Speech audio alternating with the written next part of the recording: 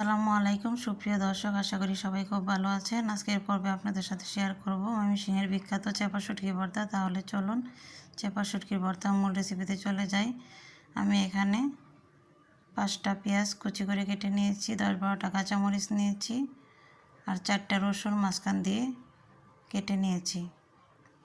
এখন আমি চুলায় একটা ফ্রাই প্যান বসিয়ে পরিমাণ মতো তেল দিয়ে পেঁয়াজ কাঁচামরিচ আর রসুনগুলি ভেজে নিচ্ছি।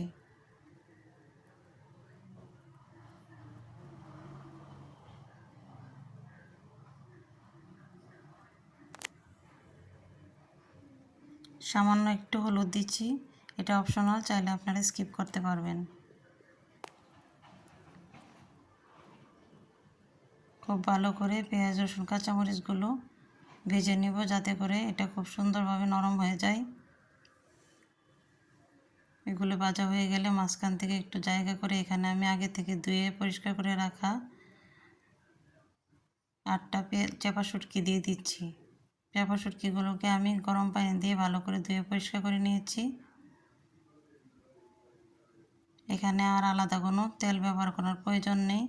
আমি যে প্রথমে তেল ব্যবহার করেছি আর চাপা শুটকি থেকে কিছুটা তেল বের হবে, এতেই আমার চাপা শুটকি আর সব মশলা ভাজা হয়ে যাবে। চাপা শুটকিগুলোকে ভালো করে আমি কষিয়ে নিচ্ছি, যাতে করে এর কাঁচা ভাবটা না থাকে।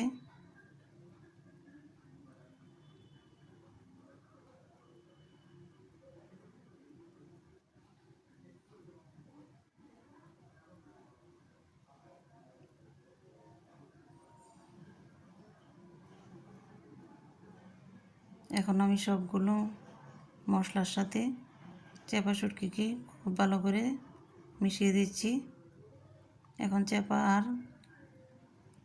কাঁচামরিচ রসুন পেঁয়াজ একসাথে খুব ভালোভাবে কিছুক্ষণ ভেজে নিব।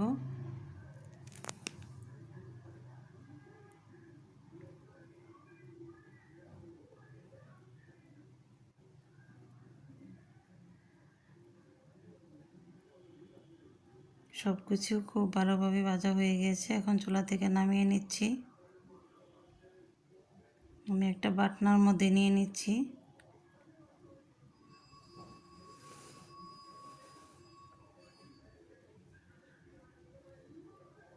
এখন আমি খুব ভালো করে ম্যাশ করে নেব সব কিছু। আপনারা চাইলে এখানে হাত দিয়েও সব কিছু ম্যাশ করে নিতে পারবেন, একেবারে মিহি করে ফেলার কোনো প্রয়োজন নাই। একটু একটু দানা দানা থাকবে, এটা একেবারে প্লেন না করলেও খেতে খুবই ভালো লাগে।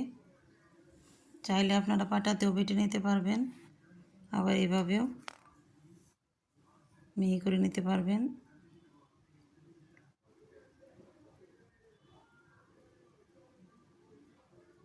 আমি এখন এখানে স্বাদ মতো লবণ অ্যাড করে দিচ্ছি।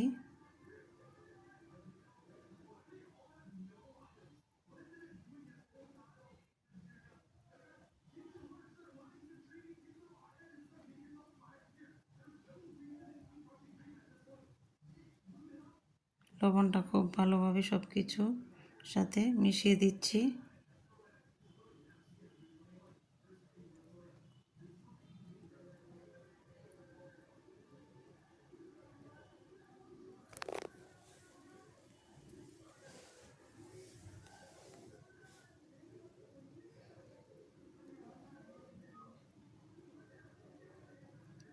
আমার ভর্তাটা হয়ে গিয়েছে, এখন আপনাদের সাথে পরিবেশন করছি। এই তো আমার শুটকি ভর্তা রেডি। যদি রেসিপিটি ভালো লাগে তাহলে অবশ্যই আমার চ্যানেলটি সাবস্ক্রাইব করবেন, বেল আইকন বাটনটি প্রেস করে রাখবেন। আজ এই পর্যন্তই। আল্লাহ হাফিজ।